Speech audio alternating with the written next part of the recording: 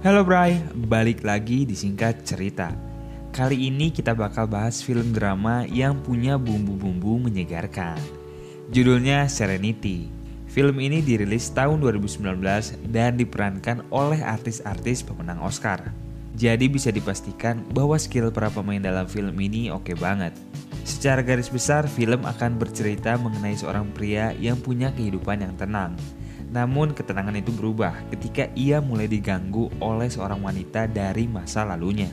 Sedikit bocoran, film ini punya alur cerita dan plot twist yang sangat luar biasa membingungkan.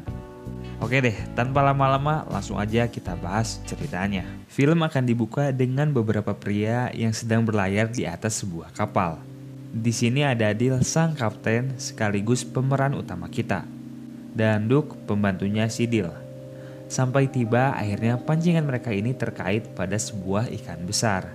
Dil pun segera membawa pancingan tersebut. Namun dua orang turis di sana meminta Dil untuk memberikan pancingan tersebut. Karena mereka ini udah nyewa kapal Dil untuk mancing di laut lepas. Namun Dil akhirnya marah dan menakut-nakuti mereka. Hal ini dilakukan karena ikan tersebut merupakan ikan tuna yang selama ini Dil cari keberadaannya. Akhirnya berjam-jam pun dilalui Dil. Ia mengerahkan seluruh tenaganya hanya untuk menarik ikan tersebut. Sampai akhirnya ikan tersebut menyerah dan mendekat ke arah Dil. Namun saat hendak ditarik, sayangnya tali kaitnya terlepas. Dan akhirnya ikan tersebut pun lolos. Sementara itu dari kejauhan, kapal Dil ternyata sedang dipantau oleh seseorang. Nah, siapakah orang ini? Nanti kita bakal tahu. Setelah gagal nangkep ikan, Dil akhirnya melepaskan rasa penat bareng tante-tante. Enak.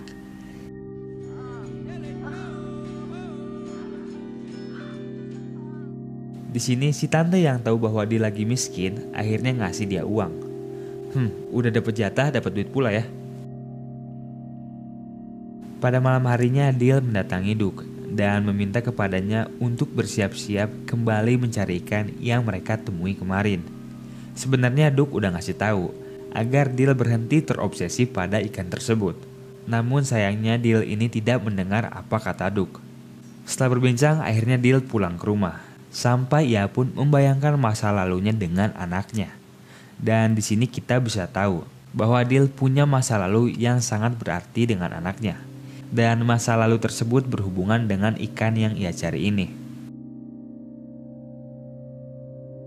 Pada esok harinya, Dil pun berangkat ke laut lepas untuk kembali mencari ikan tersebut. Namun sayangnya perburuan tersebut tidaklah membuahkan hasil. Dengan terpaksa, Dil akhirnya kembali pulang. Di sini akhirnya Dil memecat Duke dan mengatakan bahwa Duke ini merupakan pembawa sial yang selalu membuatnya rugi. Sebenarnya di sini kita bisa dapat gambaran bahwa Dil ini punya sifat arogan dan juga pemarah. Dan sedikit informasi, jadi Dil ini tinggal di sebuah pulau kecil di pinggir pantai yang bernama Plymouth. Oke, balik ke cerita. Si Dil yang stres karena lagi-lagi gak berhasil nangkap ikan tersebut akhirnya pergi ke bar untuk minum-minum. Ketika lagi ngobrol, Dil ini tiba-tiba didatangi oleh seorang cewek yang cakep abis. Cewek tersebut kemudian menyampaikan permintaan maaf kepada Dil. Dari sini bisa ditarik kesimpulan bahwa cewek ini merupakan seseorang yang udah Dil kenal sebelumnya. Singkat cerita, mereka pun lanjut ngobrol ke tempat yang lebih sepi, yaitu ke kapalnya Dil. Sampai akhirnya di sini kita bisa tahu bahwa nama cewek ini adalah Karen. Dan Dil ini nanya ke Karen tentang kondisi anak mereka. Ini berarti Karen merupakan mantan istri Dil. Dan tujuan Karen datang ke Dil ini ialah untuk minta bantuan ke Dil agar dapat membunuh suaminya Karen. Karena diceritakan bahwa suami Karen ini sering menyiksa dirinya dan juga anak Dil sampai anak mereka ini terus mengurung diri di dalam kamar. Karen menawarkan imbalan sebesar $2 juta atau sekitar 29 miliar rupiah agar Dil mau membunuh suaminya. Banyak ya. Namun sayangnya Dil bukanlah seorang pembunuh. Ia pun tentu menolak tawaran tersebut. Karena di sisi lain Dil ini udah terlanjur sakit hati sama Karen yang udah berselingkuh dari dirinya. Akhirnya Dil pun pergi meninggalkan Karen. Saat baru pergi, ternyata Dil ini lagi dikejar-kejar oleh pria misterius yang tadi kita lihat. Singkat cerita, Shin tiba-tiba menunjukkan Deal yang sedang berenang bersama anaknya. Namun sayangnya Deal akhirnya terbangun.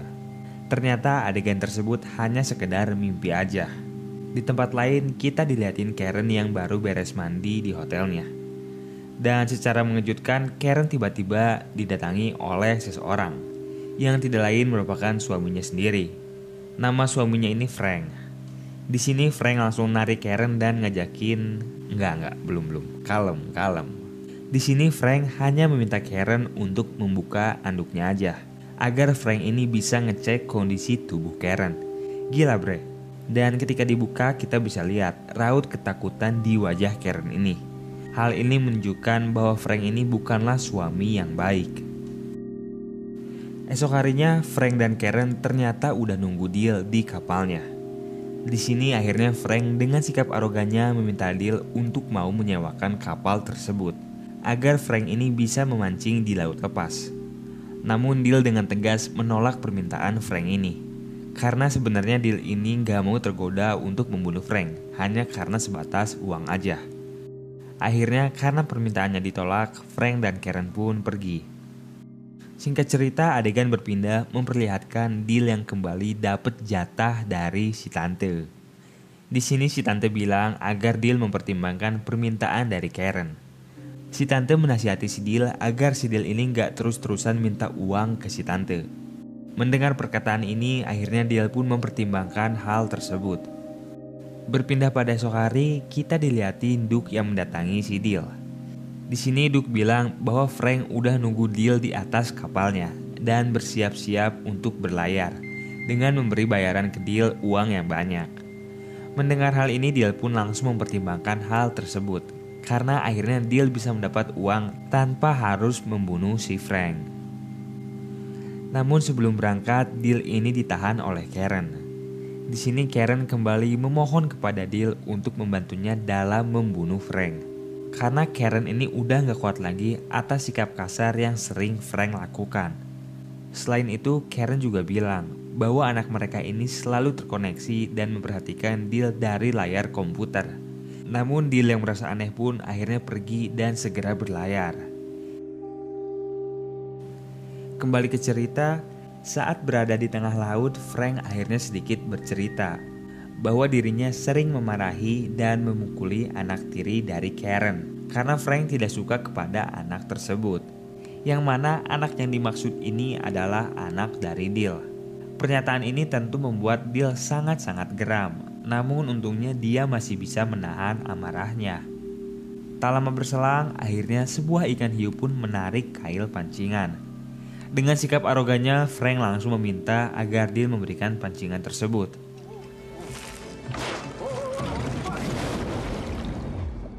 Singkat cerita, mereka pun akhirnya pulang. Pada malam hari, akhirnya Deal curhat ke Duke bahwa dirinya mendapat sebuah misi untuk membunuh Frank dengan imbalan yang sangat besar. Namun Duke yang soleh ini akhirnya menasihati Deal untuk tidak membunuh Frank dan menjalani kehidupannya seperti biasa, yaitu untuk memancing ikan. Deal yang sedang dilema berat ini akhirnya mencoba untuk menenangkan diri di kapalnya. Namun tanpa diduga ternyata datang Karen. Di sini Karen kembali meminta dengan sangat agar Deal mau membunuh Frank. Dan dengan godaan yang sangat menggiurkan, Deal pun akhirnya luluh juga. Mereka akhirnya bercocok tanam dengan nikmat.